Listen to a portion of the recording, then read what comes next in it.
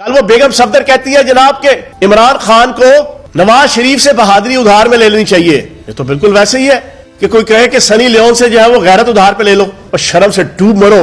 तुम्हें तो जनाब बहादुरी और नवाज शरीफ का आपस में मेल मिलाप करते हुए भी सोचना चाहिए।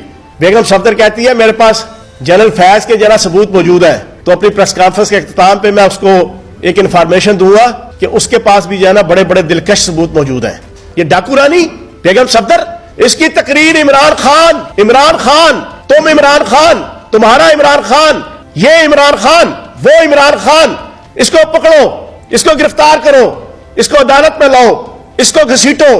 मेरा दिल राजी नहीं होता, मेरा दांव नहीं लगता, मेरा दिल नहीं लगता। इमरान खान, सुबह शाम इमरान खान। और कल तो बिला वजह भुट्टो भी बड़ा लहक और चहक आलमी लीडर बना हुआ था। इसको गिरफ्तार क्यों नहीं करते? इसको गिरफ्तार करो। बिला वजह भुट्टो साहब, अगर आप भुट्टो खानदान और जरदारी खानदान में ना पैदा, अलमास बोबी ने भी आपको अपना मुलाजिम नहीं रखना था।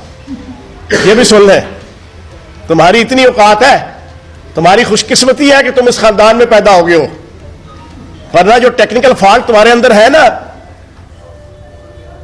अलमास बोबी ने भी तुम्हें जना अपना मुलाजिम नहीं रखना था।